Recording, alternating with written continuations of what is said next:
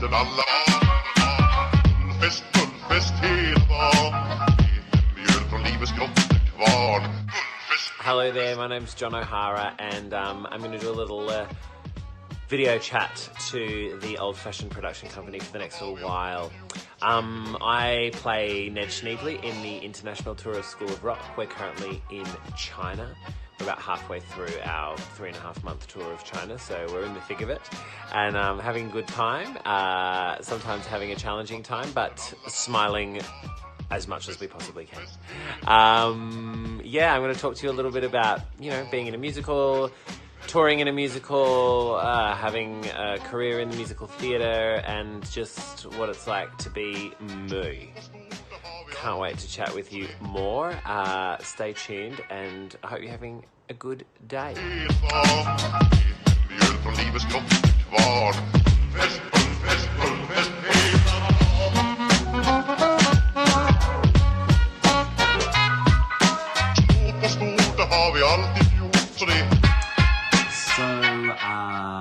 As this is Share Your Story, I thought I'll do a few little messages from my dressing room today. So we're in Guangzhou in China. I'm doing School of Rock. I'm playing Ned Schneebly. And so this is the third city of our Chinese tour.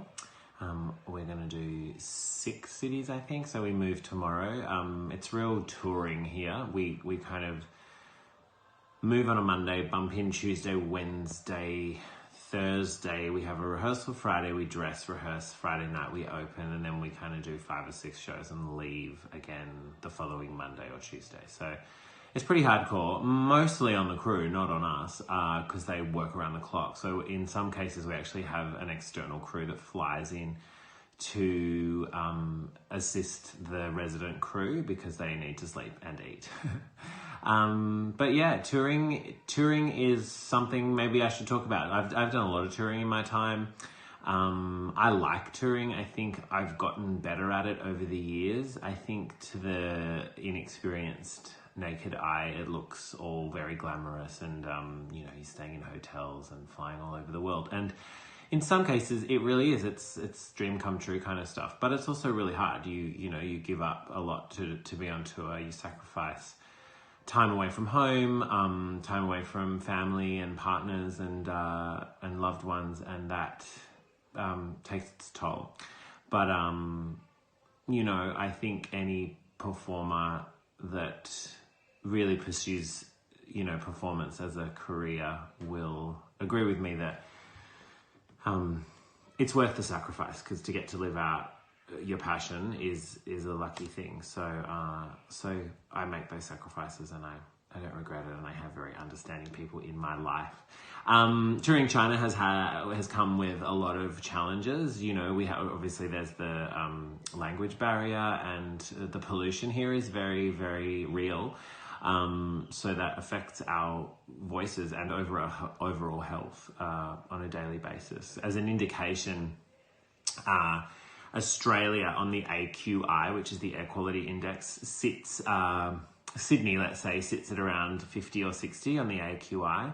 When we were in Beijing, it got up to 650 on the AQI, and that's actually off the scale. But on a kind of normal day, it's at anywhere between 150 to 250. So even on a good day where the skies were blue, it's still very polluted. And on a bad day, you can't really see more than a couple of 100 meters in front of you for smog, which is kind of gross. But the Chinese people get on with it. They're used to it. But I found that really hard in touring.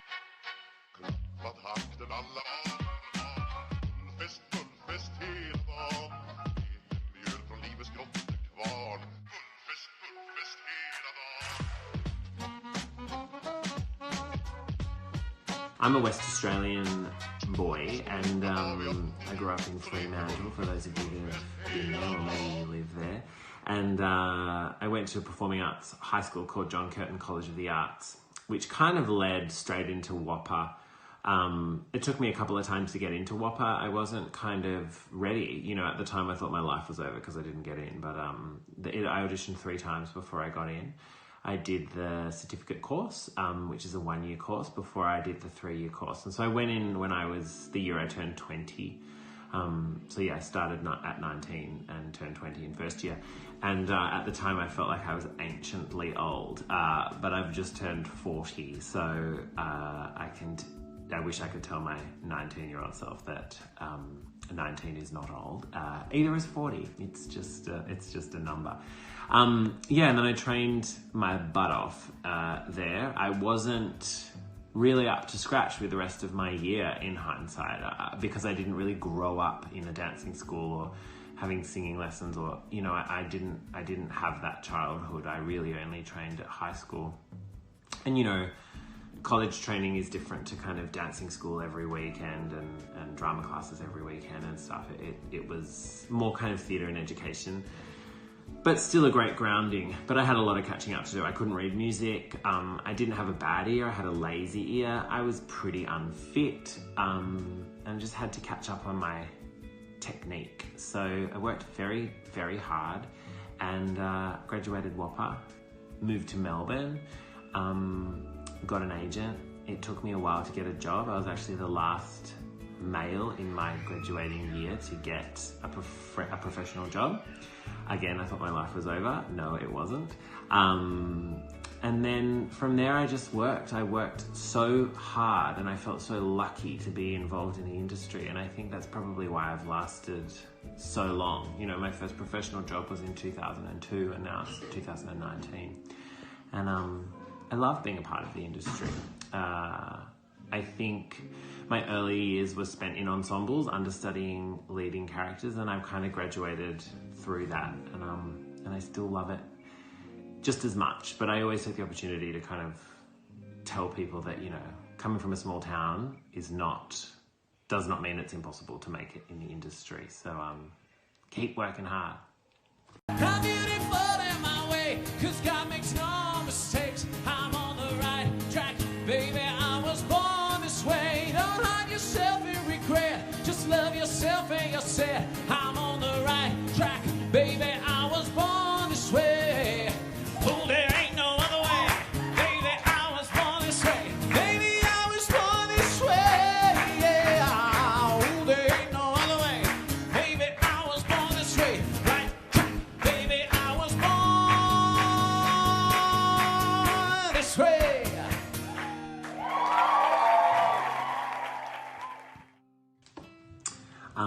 Yeah, so now that I'm in the industry and I feel, somewhat established within the industry, I don't think the work ends there. I think you have to keep, reinventing yourself and presenting yourself in capacities that encourage the industry to kind of employ you where you want to be. I think there's a bit of a misconception sometimes that, you get into a big show and then it's all just, bells and whistles from there. And that's not true. I think you have to keep diversifying your skill set. And the industry's changed a lot since I started. So, I love doing big commercial shows, and School of Rock is definitely one of those. But I also am a qualified marriage celebrant. I teach and mentor. I work in a radio. And in the last couple of years, I've started writing my own kind of one-man show / cabaret work, which I've loved, because I around the time I was doing Wicked, which was 2012, 13, 14, 15, I started to feel a bit stifled and a bit kind of stale within what I was doing. I think doing the same thing 8 shows a week and being a part of such a big juggernaut kind of musical, we call them, can sometimes, you start to feel like you're losing your creativity because it's just Groundhog Day again and again and again. And that's not to say that Wicked wasn't an incredible experience. It was, and being a part of that legacy is something that I hold very, very dear to my heart. But I felt like I didn't have much of a voice anymore as an artist, And it took me a long time to admit, that I am an artist, and that I want to kind of contribute to the landscape, especially in Australia, because I've made a decision to stay here. I didn't go to London. I don't have any great aspirations to go to Broadway, nor can I legally. But I wouldn't say no if it was presented to me, obviously. But I've always felt really passionate about the Australian industry and the talent that we have here. So anyway, I started to write my own work, and in that time, the last kind of 5 or 6 years, it's really given me the voice and the the kick up the bum I needed to keep moving forward. It's made me a better performer. It's made me a better business person. I understand other elements of what putting on a show is, and I'm at a point now where I kind of tour my own work as well as working in big musicals. So the last show I did, which I'll speak a tiny bit about, was called #Vow, which was inspired by the relationship that mothers have with their queer children.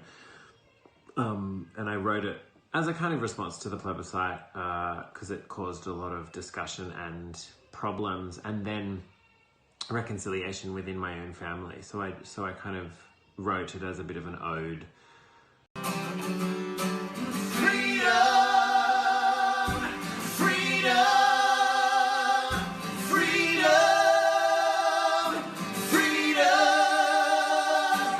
I thought I also might just touch on the fact that I'm bald, which might seem a bit funny to bring up, but since I've been bald, I get asked, quite often, oh, did it affect your kind of castability, or do people see you a certain way? And all of those things I asked myself.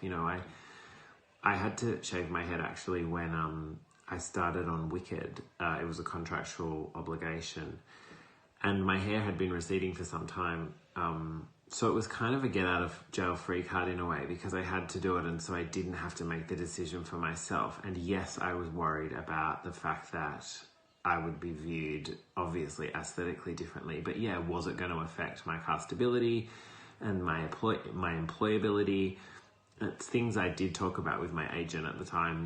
Should I get hair regrowth therapy, or, should I have a wig that I audition in? And, these things that might seem kind of crazy, but it's interesting because so many younger men that have also gone bald or are going bald kind of talk to me about it. And it's a funny thing, because it seems like people are a bit embarrassed to talk about it. So I've made a decision to be, an out and proud bald man, and I fly that flag with pride, because I love being bald. I didn't think I would, but I really do, because it's given me a look, and it doesn't fit. It forces me not to hide. And if anything, I think it's upped my castability, especially as I've gotten older, because it gives me such a distinct look, and I present myself in a way where I don't hide it. I'm really stoked that the School of Rock creatives saw past the fact that I was bald, and I love the fact that I'm the first bald Ned Schneebly in the world. There was talk at one point of putting a wig on me in the rehearsal process, but once we got into tech, we realized that it didn't need to be that way. It read well.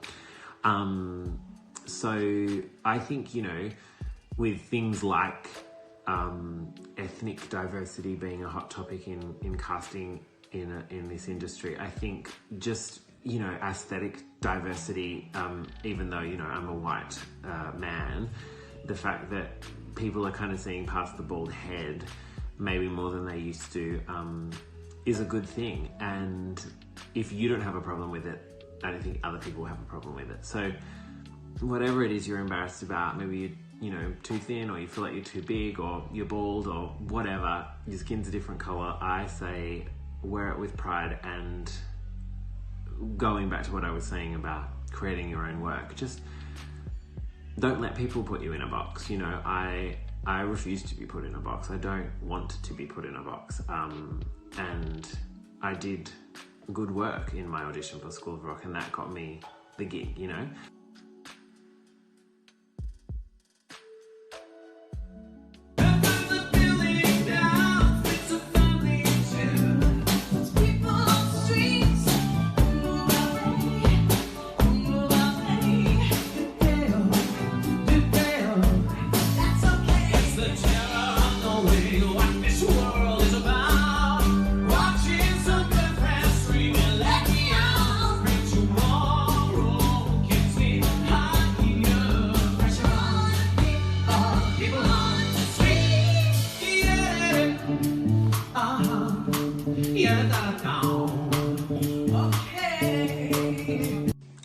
I thought I might also talk about auditions, you know, because I think everyone has their own story about auditioning, and everyone, as you kind of training, tells you like what you should do and what you shouldn't do. And I kind of say there are obvious, you know, etiquette rules with an audition. Don't be late, go well presented, don't go in costume, learn the material if it's been supplied to you. But I really think auditioning is a personal thing, and I think you have to figure it out for yourself. I often say to students, you know, that are of an appropriate age, it's much like kissing. You have to figure it out for yourself. You hear about it a lot, people talk about it a lot, but like you don't actually know how to do it until you're doing it and figure out what works for you.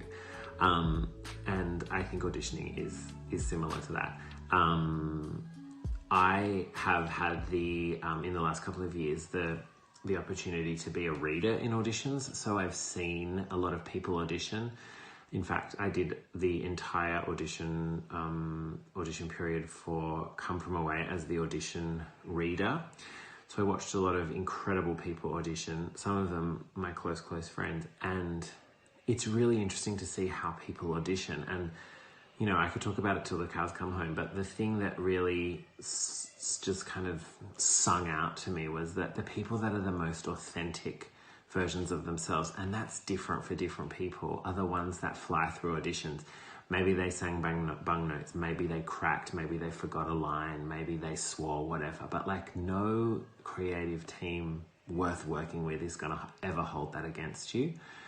All those things make you more human.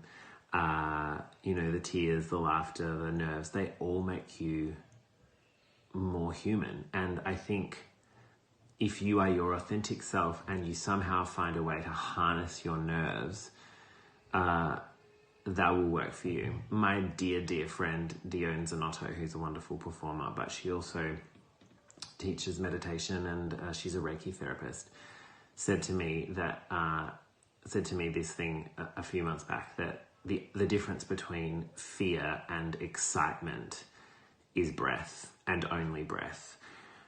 And I just think that can apply to so much of what we do as performers. In an audition, you know, we forget that the creative team are trying to cast the show. They want you to be the person. And if you've done the work, why not walk in the room excited to present it, excited to present your version of it, excited to have another day where you get to have a sing or play a scene or whatever it is.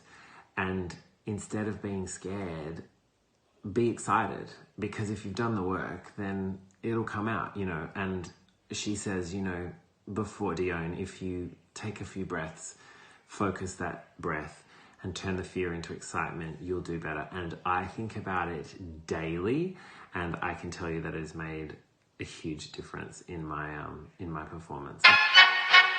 Takten alla Guldfest hela dagen. Mjöl från livets grottekvarn. Guldfest hela dagen.